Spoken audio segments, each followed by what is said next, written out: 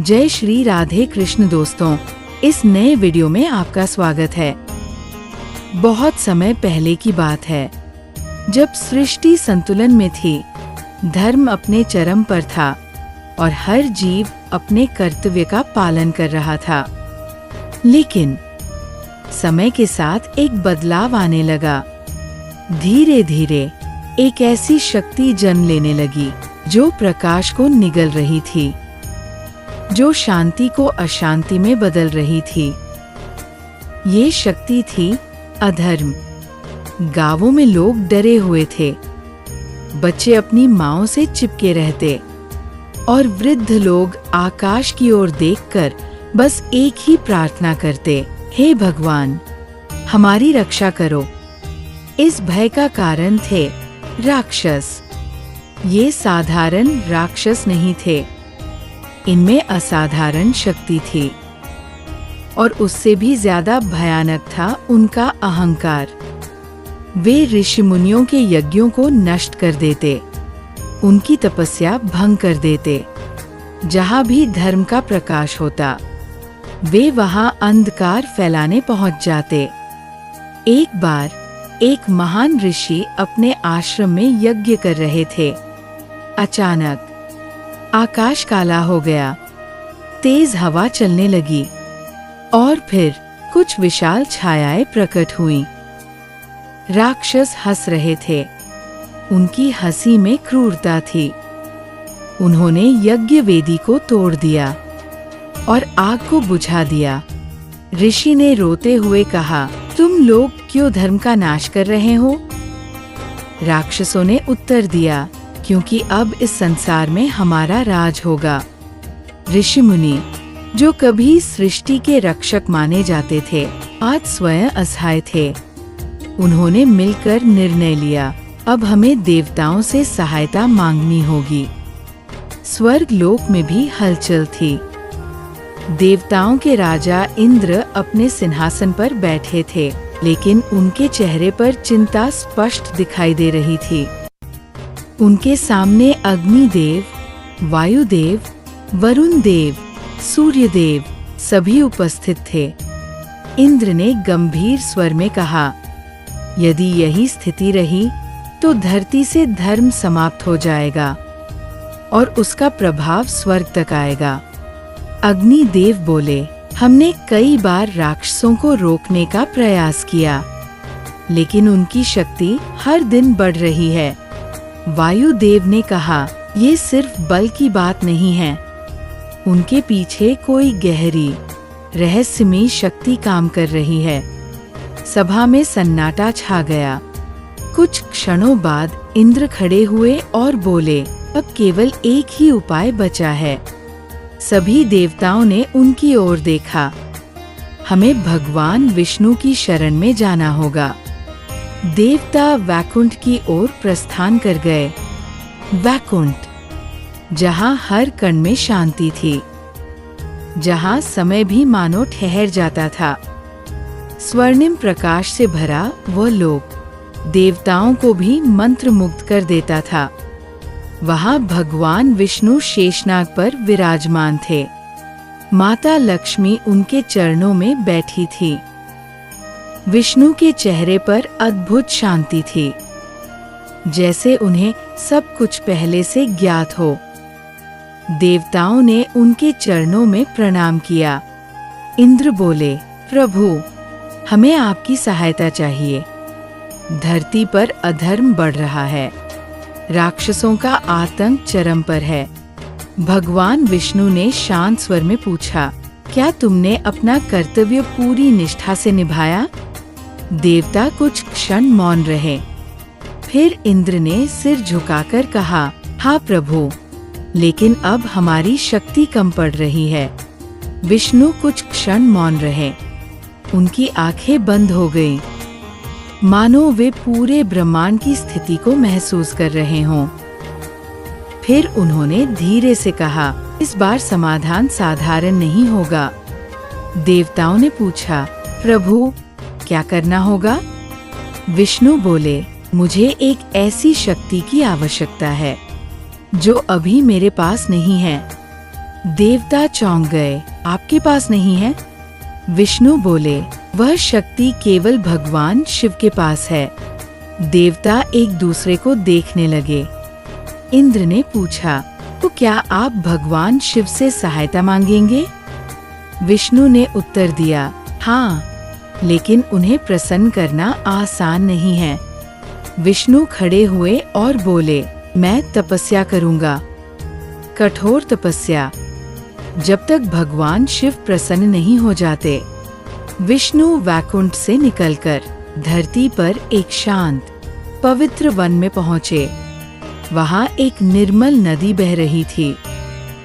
चारों ओर हरियाली थी। ये स्थान तपस्या के लिए उपयुक्त था। विष्णु ने वहां एक शिवलिंग स्थापित किया।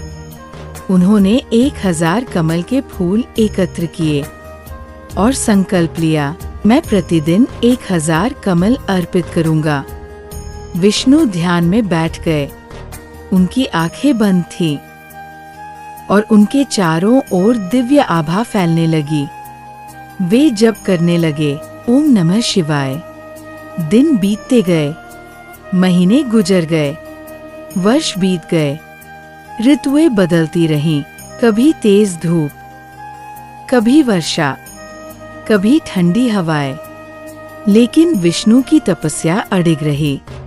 जैसे जैसे समय बीतता गया, विष्णु की तपस्या और गहरी होती गई। उनके चारों ओर प्रकाश फैलने लगा। प्रकृति भी उनकी भक्ति से प्रभावित हो रही थी। पक्षी शांत होकर उनके पास बैठ जाते। नदी की धारा भी धीमी हो जाती। कैलाश पर बैठे भगवान शिव ये सब देख रहे थे। वे मुस्कुराए। विष्णु की भक्ति अद्भुत है, लेकिन उन्होंने सोचा, अभी परीक्षा बाकी है। भगवान शिव ने सोचा, विष्णु की भक्ति अद्भुत है, लेकिन क्या ये पूर्ण है? क्या ये भक्ति हर परिस्थिति में अडिग रहेगी? इसी विचार के साथ उन्होंने विष्णु की परीक्षा लेने का निश्चय किया। वर्षों की तपस्या के बाद एक विशेष दिन आया। उस दिन विष्णु ने संकल्प लिया, आज मैं अपनी तपस्या पूर्ण करूंगा। उन्होंने 1000 कमल के फूल एकत्र किए। हर फूल को बड़ी श्रद्धा से अपने हाथों में लिया। विष्णु ने एक एक करके कमल चढ़ाना शुरू किया। ओम नमः शिवाय। हर मंत्र के साथ एक कमल, हर कमल के साथ एक भावना। उनकी भक्ति इतनी शुद्ध थी कि वातावरण में ऊर्जा फैलने लगी। उसी समय भगवान शिव ने अपनी लीला आरंभ की। उन्होंने चुपचाप, बिना किसी को बताए, एक कमल हटा दिया। ये कोई साधारण कार्य नहीं था। ये एक परीक्षा थी, भक्ति की, समर्पण की और विश्वास की। जब विष्णु ने कमल चढ़ाना पूरा किया, तो उन्होंने गिनती की, 997, 998, 999। उनका हाथ रुक गया। एक क्षण के लिए उनका मन स्थिर हो गया। एक कमल कम है। उन्होंने चारों ओर देखा। धरती पर, नदी के किनारे, अपने पास, लेकिन कहीं भी वो कमल नहीं था। उनके मन में विचार आया, क्या मेरी तपस्या अधूरी रह जाएगी? क्या मेरा संकल्प टूट जाएगा? अचानक उनकी आंखों में एक चमक आई। उन्हें याद आया, मुझे कमलनयन कहा जाता है। मेरी आंखें भी कमल के समान हैं। ये विचार आते ही उनके चेहरे पर शांति लौट आई। विष्णु ने दृढ़ स्वर में कहा, यदि एक कमल कम है, तो मैं अपनी आंख अर्पित करूंगा। ये कोई साधारण निर्णय नहीं था। ये था स्वयं का त्याग। विष्णु ने धीरे धीरे अपना हाथ उठाया। उनकी उंगलियां उनकी आंख के पास पहुंची। उनके चेहरे पर दर्द नहीं था, डर नहीं था, सिर्फ एक भावना थी, भक्ति। जैसे ही विष्णु अपनी आंख निकालने वाले थे, अचानक एक तेज प्रकाश पूरे वातावरण में फैल गया। आकाश चमक उठा, धरती कांप उठी और एक दिव्य ध्वनि गूंज उठी, विष्णु। उस प्रकाश के बीच भगवान शिव प्रकट हुए। उनकी जटाओं से गंगा बह रही थी, माथे पर चंद्रमा चमक रहा था, गले में सर्प लिपटा था। उनकी उपस्थिति ही शक्ति का प्रतीक थी। जैसे ही विष्णु अपनी आंख अर्पित करने वाले थे, शिव ने तुरंत उनका हाथ पकड़ लिया। रुको। उनकी आवाज में करुणा थी और साथ ही असीम शक्ति भी। विष्णु ने आंखें खोली। उन्होंने सामने भगवान शिव को देखा और तुरंत उनके चरणों में झुक गए। विष्णु ने विनम्रता से कहा, प्रभु, मैं केवल धर्म की रक्षा करना चाहता हूँ, मुझे शक्ति दीजिए। शिव ने कहा, तुम्हारी भक्ति पूर्ण है और तुम्हारा उद्देश्य भी शुद्ध है, इसलिए मैं तुम्हें वह शक्ति दूंगा। अचानक शिव के चारों ओर ऊर्जा घूमने लगी। उनके हाथों में एक प्रकाश प्रकट हुआ जो धीरे धीरे आकार लेने लगा। भगवान शिव के हाथों में जो प्रकाश प्रकट हुआ था, वह कोई साधारण प्रकाश नहीं था। वह ऊर्जा थी सृष्टि की, काल की और धर्म की रक्षा करने वाली शक्ति की। धीरे धीरे वह प्रकाश एक आकार लेने लगा। वो घूमने लगा, तेज और तेज। उसकी गति इतनी तीव्र थी कि उसके चारों ओर अग्नि की लपटें बनने लगी। पूरा वातावरण उस ऊर्जा से भर गया। देवताओं ने, ऋषियों ने, यहाँ तक कि प्रकृति ने भी उस शक्ति को महसूस किया।